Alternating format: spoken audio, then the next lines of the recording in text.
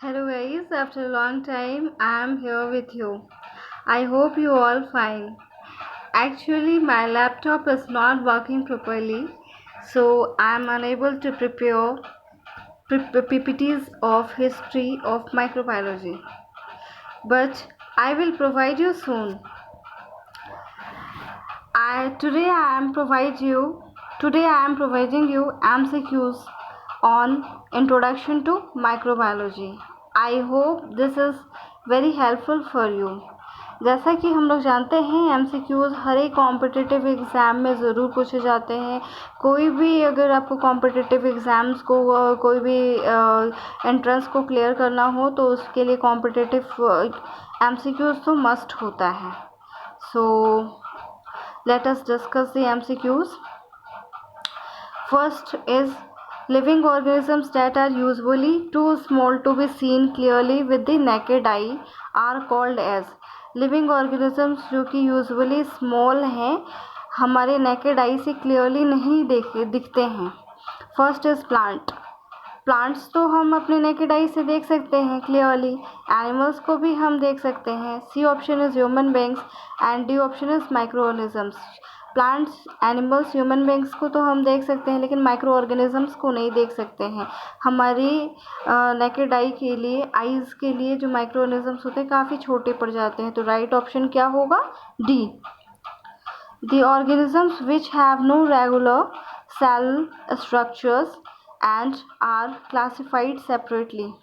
Organisms जिसमें कोई regular structures and उसको हम रेगुलर स्ट्रक्चर नहीं है और उसको हम क्लासीफाई करते हैं सेपरेटली. जो प्रोटोजोआ जो है इसमें सीधे पूछे गए हैं regular cell structure. It means कि जिसमें कि सेल स्ट्रक्चर हो, रेगुलरली प्रेजेंट हो. जो प्रोटोजोआंस होते हैं वो सिंगल सेल्ड होते हैं. तो बैक्टीरिया भी जो होता है वो क्या होता है? सिंगल सेल्ड ऑर्गेनिजम्स होता है.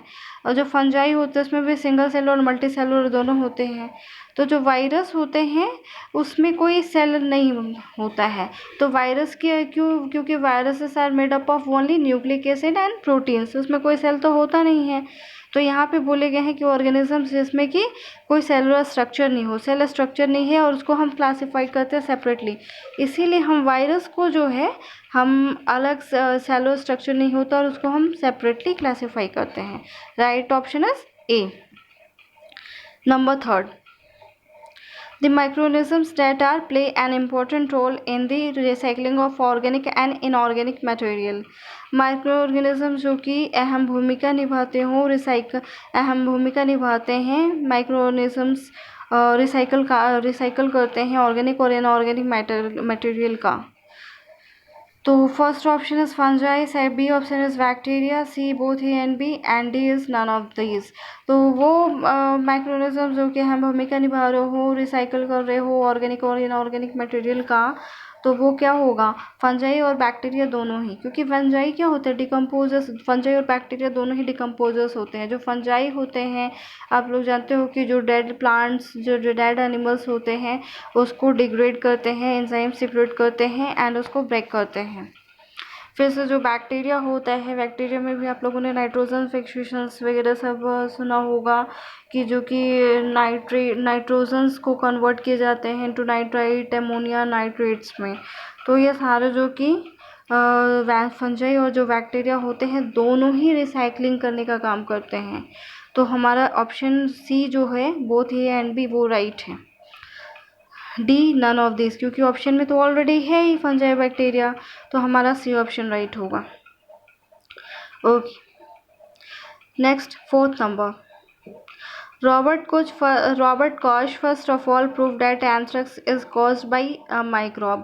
रॉबर्ट कोच पहले प्रूव किया था, फर्स्ट ऑफ ऑल प्रूव किया कि एंथ्रेक्स जो होते हैं माइक्रोब्स की वजह से.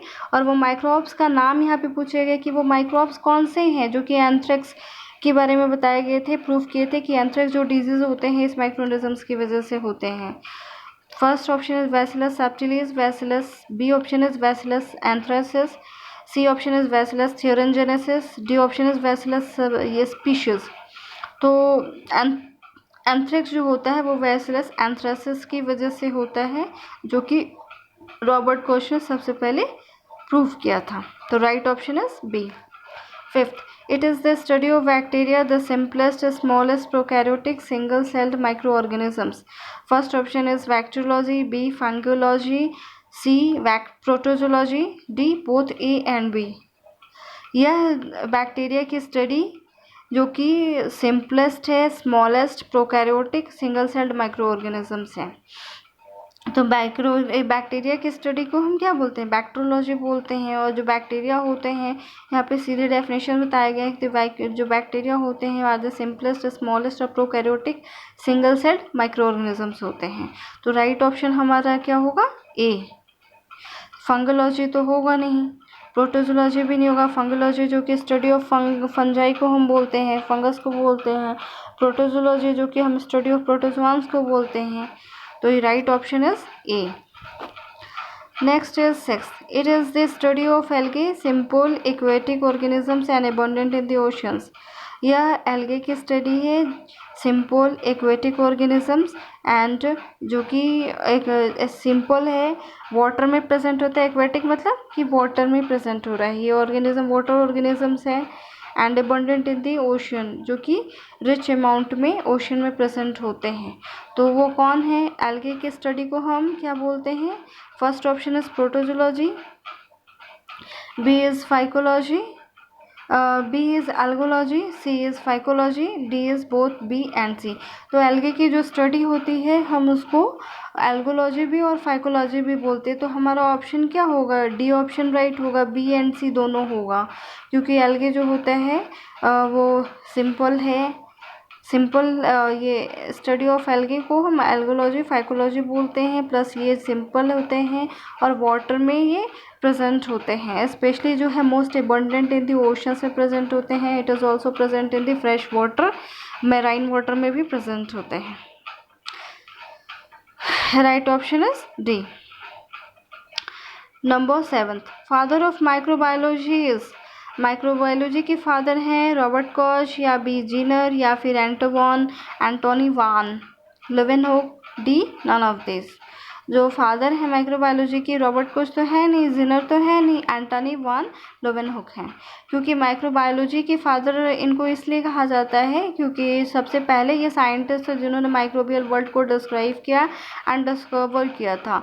और पूरे डिस्कवरी एरा में ये पूरे छाए हुए थे, जिस रीज़न से इनको माइक्रोबायोलॉजी की फादर भी बोले जाते हैं। Next option is, next is eighth number, the scientific study of the spread and control of diseases. रोगों के फैलने और उसके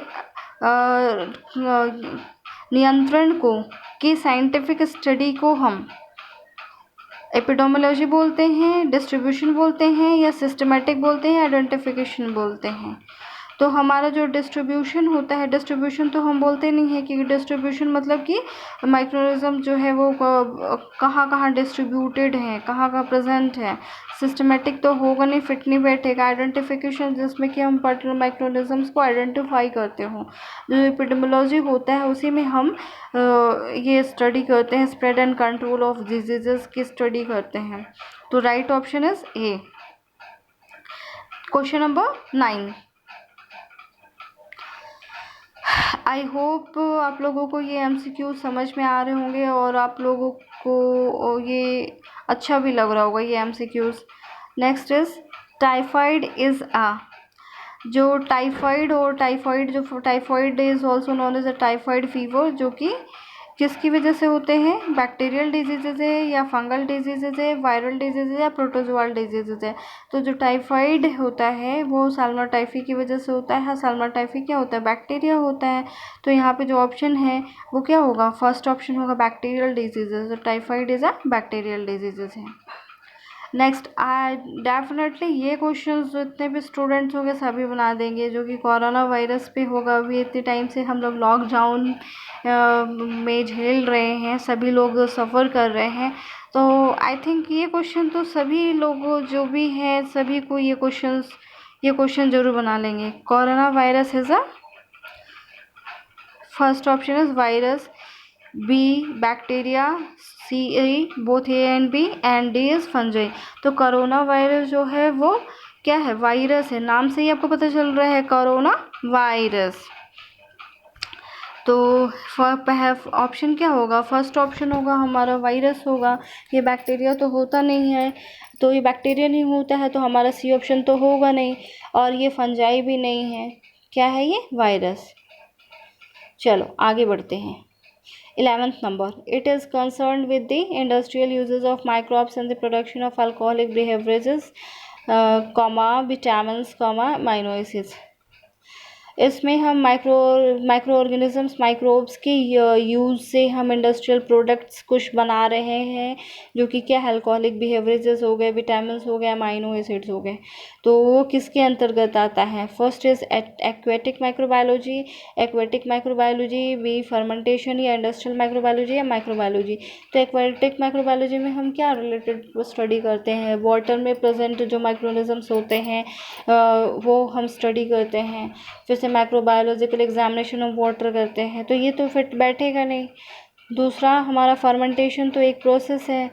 डी ऑप्शन इज माइक्रोबायोलॉजी। ठीक है, ये माइक्रोबायोलॉजी है, लेकिन ये स्पेशली इसमें इंडिकेट करके दिए गए हैं कि ये इंडस्ट्रियल प्रोडक्ट्स हम कुछ बना रहे हैं, अल्कोहलिक बिहेवियर्स जो भी अल्कोहल का प्रोडक्शंस वगैरह सब कर रहे हैं।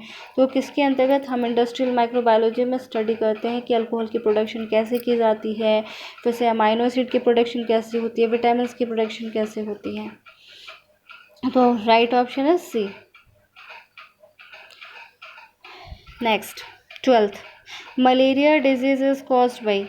मलेरिया जो डिजीज़ है वो किसकी वजह से होते हैं। First option is animal, B option is saprophyte, C option is decomposer, D option is parasite.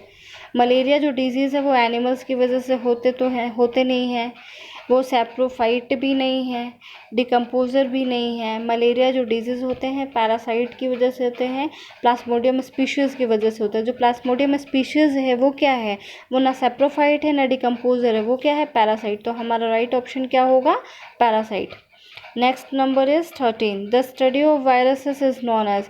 Virus की स्टडी को हम बैक्टीरियोलॉजी, वायरोलॉजी, वीरियोलॉजी या वाइटोलॉजी बोलते हैं। तो बैक्टीरियोलॉजी तो होगा नहीं, क्योंकि हम बैक्टीरिया की स्टडी को बोलते हैं। यहाँ पे जो है स्पेलिंग्स का है, वीरियोलॉजी तो हम बोलते नहीं हैं ना, वाइटोलॉजी कुछ होता है। Right option is B, virology बोलते हैं। Next number 14th, the study of bacteria is called as. Bacteria की स्टडी को हम क्या बोलते हैं, बैक्टीरियोलॉजी, बेसिट्राकोलॉजी, बैक्टीरियोलॉजी या बैक्टीरियोलॉजी।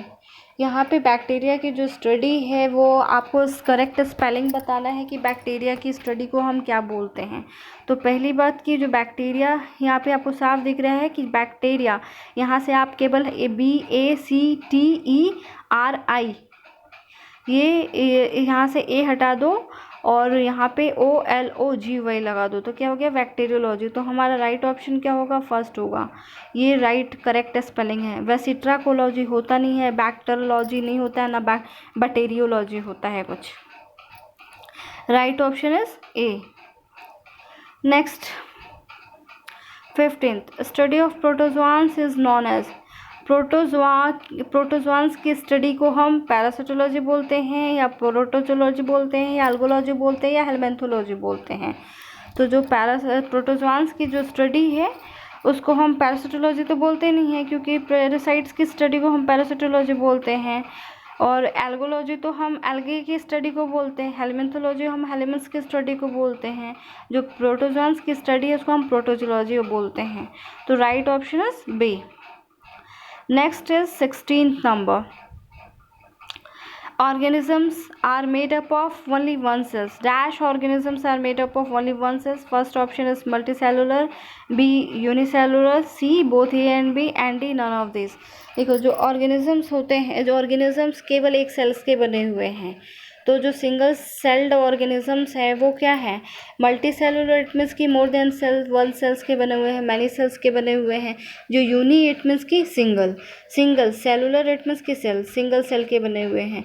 तो हमारा जो है राइट ऑप्शन क्या होगा, बी। सी क्यों नहीं होगा, क्योंकि इसमें मोर देन वन सेल्स के बारे में तो बोली नहीं गई है, कॉमा करके अगर लिखा रहता तब हम बोलते हैं कि यूनिसेलुलर मल्टी सेलुलर दोनों होगा, लेकिन यहाँ पे क्या है, केवल सिंगल सेल्ड के बारे में जिक्र की गई है। तो सिंगल सेल्ड हमारा क्या होता है, यूनिसेलुलर ऑर्गेनिजम्स होते हैं।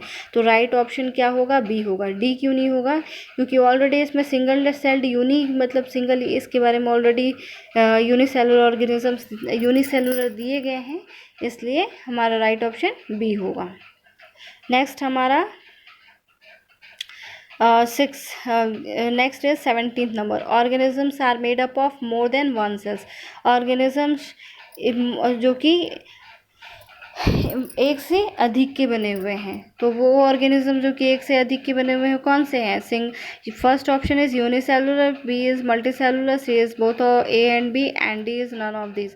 तो पहला जो ऑप्शन है यूनिसेलुलर में इसकी सिंगल सेल ऑर्गेनिजम्स है, इससे पहले हमने डिस्कस कर लिया है। यहाँ पे जो है मल्टी सेलुलर का मतलब होता है मोर देन वन सेल्स, तो इसलिए हमारा ऑप्शन क्या होगा, बी होगा। Okay guys, thank you so much.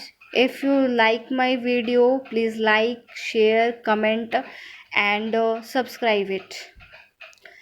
And I hope कि आप लोगों को ये जो है वीडियो अच्छा लगा होगा। अगर अच्छा लगा होगा तो प्लीज़ सब्सक्राइब ज़रूर कर देना।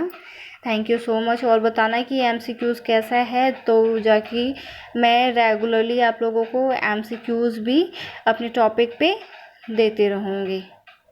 Okay, thank you guys.